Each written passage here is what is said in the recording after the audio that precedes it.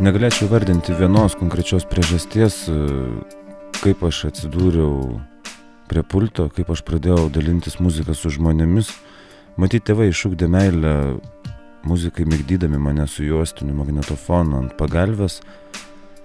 Mokyklos choras bei šokių būreliai padėjo išsilavinti klausą, o paauglystė 9-ame dešimtmetyje įskiepijo meilę viniliniams plokštelėms ir didžiai bei klubiniai kultūrai, o taip pat gimstančiai elektroniniai muzikai, laužytiems ritmams, hardko trankiems garsams, tai ko tuo metu man atrodė reikėjo labiausiai.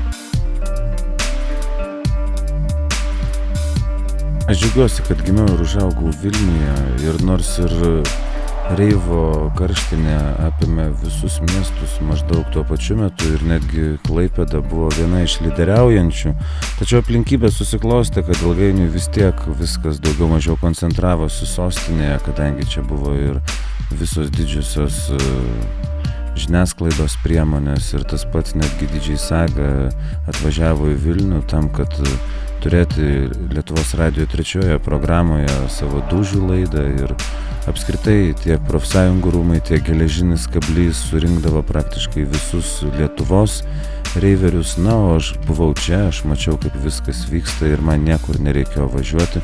Aš galėjau ne tik dalyvauti visame miesto šurmulyje, bet palaipsniui ir prisidėti formuojant apskritai visą elektroninę sceną ir klubinį gyvenimą.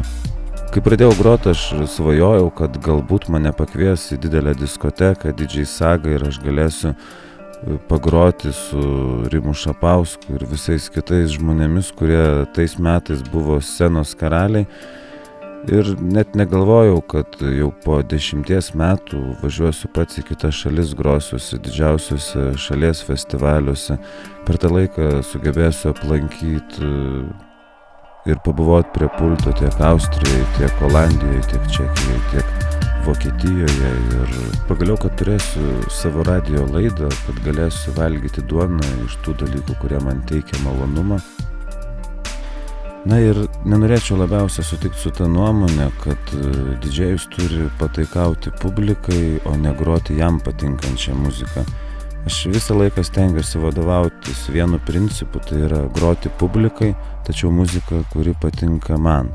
Galiausiai šis principas atvedė iki to, kad su vienu iš kolegų džiazi nutarėme sujungti jėgas ir atsidurti radijo eteryje, kad galėtume pasiekti daugiau žmonių, kad galėtumėm daugiau žmonių užkrėsti tą jungle ir drum and bass karštinę. Taip ir gimė Amenų broliai. Džiaugiuosi, kad galiausiai viskas išsirutuliojo taip, kad dabar kiekvieną penktadienį Lietuvos nacionaliniam radijo ir televizijoje LRT Opus radijo stotyje turiu netgi 2 valandas laidą Džiunglių balsas.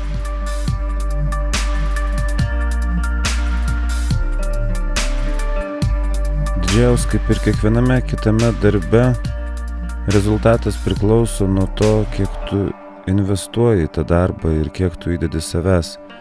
Ir jeigu tai tu darai su meile, jeigu tu tai darai su aistra, jeigu tave tenkina ir tiesiog pamalonina kiekviena tavo vadinamoji darbo diena, vadinasi, tu gali daryti labai daug ir tu gali pasiekti visus užsibrėžtus tikslus ir viską, ko nori.